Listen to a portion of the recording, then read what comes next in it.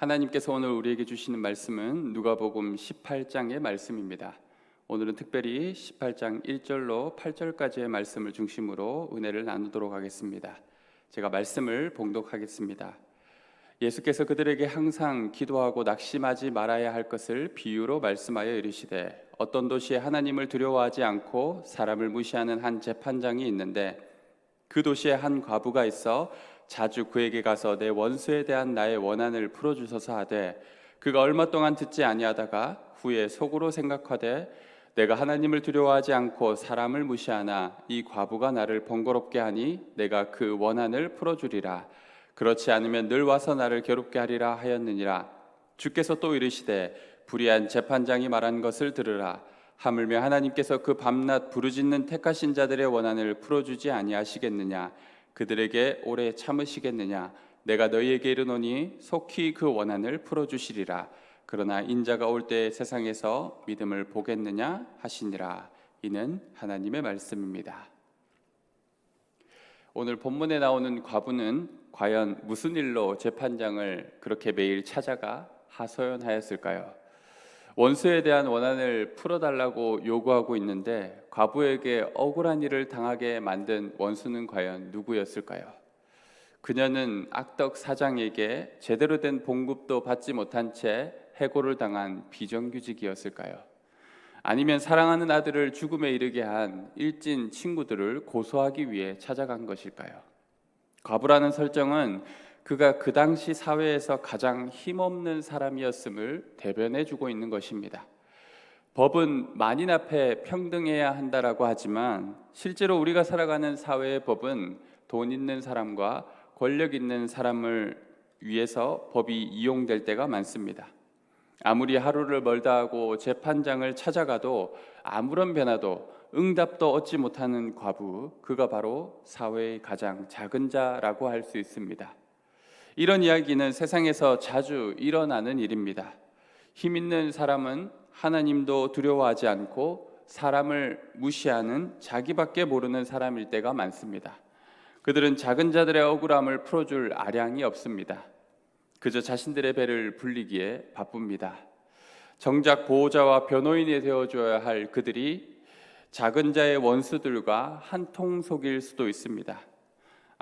아무도 세상을 정의롭다라고 생각하지 않습니다. 세상은 원래 불의하며 부조리합니다. 그런데 불의함의 피해자는 항상 작은 자와 약자입니다. 누가 그들의 억울함을 풀어줄 수 있을까요?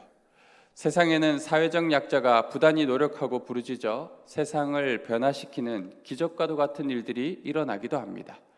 아무리 듣지 않아도 끊임없이 외치고 포기하지 않고 사람들을 찾아다녀 설득함으로 가려졌던 정의를 복권시키기도 합니다.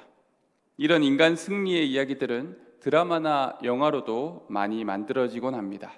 마치 오늘의 이야기처럼 과부의 승리와도 같습니다. 상식적으로 보았을 때 아무도 관심을 가지지 않을 것 같은 한 과부의 호소에 불의하기로 소문난 재판장이 제대로 된 응답을 해주었다라는 것, 이것이야말로 기적과도 같은 일입니다. 그런데 이 이야기는 오늘 예수님께서 전해주시는 비유의 본질이 아닙니다. 주님은 사회적 약자가 이루어낸 놀라운 기적과도 같은 승리를 이야기하시고 싶으신 것이 아닙니다. 만일 그렇다고 한다면 그 이야기는 전형적인 인본주의의 틀을 가지고 있는 것이죠. 과부의 포기하지 않는 노력이 빛을 보았다는 식의 내용입니다. 곧 인간인 우린 스스로를 믿고 계속해서 노력해야 한다라는 교훈을 얻을 것입니다. 예수님은 오히려 이 비유를 통해 진실을 보기를 원하십니다. 세상의 방식과 하나님의 방식이 전혀 다름을 깨우쳐주고 계십니다. 그러면 진짜는 어디에 있습니까? 과부의 기도가 간절하고 쉬지 않았기에 응답받을 수 있었을까요? 아니면 그의 호소가 정당한 호소였기에 응답받아야 하는 것일까요? 후자가 아니겠습니까? 정말 그가 억울한 일을 당하였다면 재판장은 그의 억울함을 풀어주는 것이 마땅한 일이라고 할 수 있지 않겠습니까? 자꾸 귀찮게 하니까 들어준다는 것이 세상의 방식일 수 있습니다. 옳고 그름에 대한 정직한 판단이나 행동이 아닌 자신을 귀찮게 한다는 이유, 더 이상 괴롭지 않기 위해 자신의 유익을 위해 호소하는 문제를 해결해 주는 방식입니다. 그러나 가장 공의로우신 하나님은 그렇지 않습니다. 그의 호소가 정당하기에 응답해 주실 수밖에 없는 것입니다. 과부와 가난한 자의 호소에 응답해 주시는 하나님이십니다.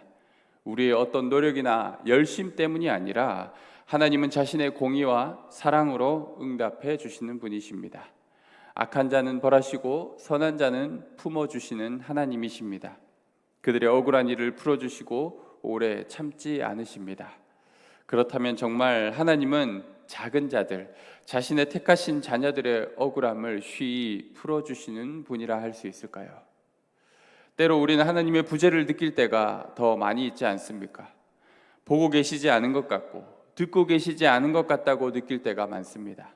수많은 순교자들의 이야기나 정의를 위해 고난과 맞서야 했던 수많은 사람들은 왜 하나님께서 도와주시거나 구원해 주시지 않았을까, 이런 의문이 들 때가 많지 않습니까? 이런 증거들을 들여다보면 오늘 본문에서 내가 오래 참지 않고 속히 풀어주겠다라는 말이 믿어지지 않을 때도 있습니다. 마지막 때가 다가올수록 세상은 더욱 악해질 것입니다. 하나님을 두려워하지도 않고 사람과 생명을 무시하고 죽음의 권세가 힘을 발휘하여 많은 사람을 두려움에 떨게 할 것입니다. 그런 형편에서 믿음을 지키고 하나님만을 바라보는 사람은 더 큰 환난을 겪게 될 것입니다. 그는 세상의 길이 아닌 예수의 길을 선택했기 때문입니다. 그들에게 하나님은 말씀하십니다. 하물며 하나님께서 밤낮 부르짖는 택하신 자들의 원한을 풀어주지 아니하시겠느냐? 그들에게 오래 참으시겠느냐? 내가 너희에게 이르노니 속히 그 원한을 풀어주시리라. 이 말씀은 현재 해결을 이야기하는 것이 아닙니다. 바로 소망의 약속을 말씀하시는 것입니다. 여기서 우리의 믿음이 중요한 것입니다. 그래서 주님은 비유를 시작하며 우리에게 이렇게 말씀하고 계신 것입니다. 항상 기도하고 낙심하지 말아야 한다. 상황은 바닥을 치고 있다 할지라도 하나님이 주신 소망의 약속을 붙잡고 끝까지 인내하고 견디는 것이 곧 우리의 믿음이며 구원입니다. 우리가 하나님은 과연 우리의 기도에 응답해 주실까라고 묻거나 의심하고 있을 때 거꾸로 하나님은 우리에게 질문하고 계신지도 모릅니다. 인자가 올 때에 세상에서 믿음을 보겠느냐? 과연 얼마나 많은 사람들이 내 응답을 믿겠느냐? 기도의 중심은 우리 자신이 아닙니다. 기도의 중심은 하나님의 응답에 달려 있습니다. 그 응답을 얼마나 믿고 신뢰하느냐가 우리의 믿음을 말해줍니다. 그렇게 오늘의 비유는 여전히 우리에게 숙제를 남겨주고 있습니다. 하나님 믿는 사람에게는 절대로 억울한 일이 생기지 않는다, 이렇게 말할 수 있다면 얼마나 좋겠습니까? 그런데 그런 말은 하나님 믿는 사람은 코로나에 안 걸린다라는 말만큼 허황된 말일 뿐입니다. 오히려 하나님은 우리에게 이렇게 말씀하십니다. 내가 너희의 원한을 풀어주겠다. 오래 참지 않겠다. 바로 미래의 소망에 대한 확실한 약속을 주고 계십니다. 그것을 믿느냐 믿지 않느냐는 우리의 몫입니다. 주님은 우리에게 요청하시기를 항상 기도하고 낙심하지 말라고 하십니다. 그 말은 기도를 멈추고 싶고 낙심하는, 절망하는 순간이 우리의 삶 가운데 많이 찾아온다라는 말입니다. 특히나 십자가의 길을 걸어가며 주님이 원하시는 뜻을 순종하다 보면 우리는 불의한 세상 속에서 더 얼마나 많이 억울한 일을 당하게 될까요? 정말 기도를 멈추고 모든 것을 포기하고 싶은 순간이 수시로 우리의 삶에 닥칠 것입니다. 그래도 우리는 주님을 믿어야만 합니다. 아니, 주님만큼 우리에게 가장 확실한 반석은 없습니다. 불의한 재판장에게 재수 좋게 얻어 걸린 기적을 바라는 사람이 될 것이 아니라 가장 확실한 구원과 응답을 약속해 주신 하나님만을 바라보고 믿을 수 있어야 합니다. 예수님의 말씀은 그것을 오늘 재차 강조하고 계십니다.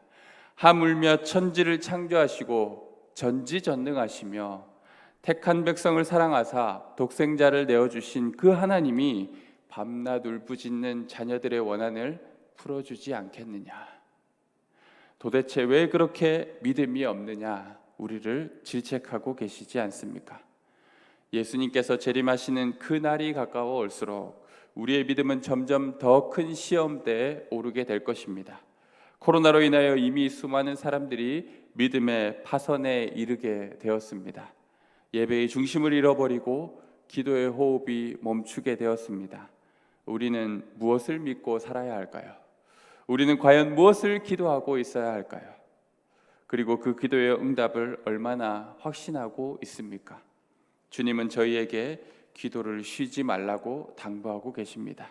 그리고 결코 낙심하지 말라고 말씀하십니다. 가장 확실한 구원이 되시는 하나님을 우리는 알기에 그분께 마지막 날 변치 않는 믿음을 보여드리는 자가 되어야 할 줄로 믿습니다. 정금과도 같은 믿음으로 주님 오실 날을 고대하며 마라나타의 심정으로 십자가의 길을 우직히 걸어가는 모든 성도님들이 되시기를 주님의 이름으로 축원합니다. 기도하겠습니다. 예수님께서 오늘 말씀을 통해 저희에게 주시는 교훈대로 항상 기도하며 낙심하지 않는 참 믿음으로 살아가게 하옵소서.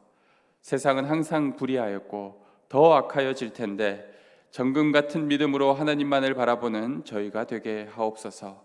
코로나와 같은 재난이 마지막 때가 다가올수록 더 많아질 텐데 세상이 아닌 하나님만을 의지하고 약속하신 구원을 믿고 십자가의 길을 걸어가게 하옵소서.